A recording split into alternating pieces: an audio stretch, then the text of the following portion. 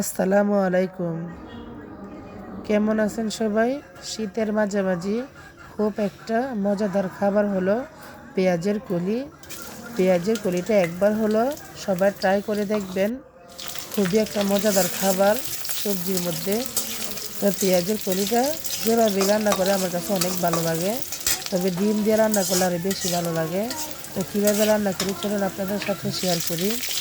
পেঁয়াজের কলিটা কুচি করে কেটে দিয়ে তারপর পেঁয়াজ রসুন ভাজা ভাজা করে সাথে ডিম দিয়ে কাঁচামরিচ দিয়ে একটু নাড়াচাড়া করে গরম গরম ভাতের সাথে খেলে অনেকই মজা।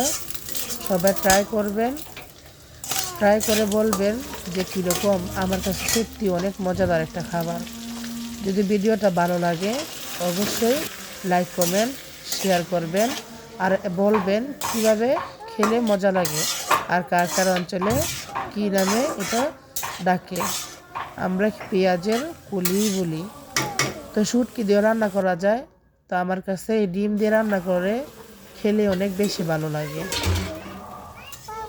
তো সবাই শেয়ার করবেন আর সাথে থাকবেন। যদি ভালো লাগে অবশ্যই লাইক কমেন্ট শেয়ার করবেন। আল্লাহ হাফেজ।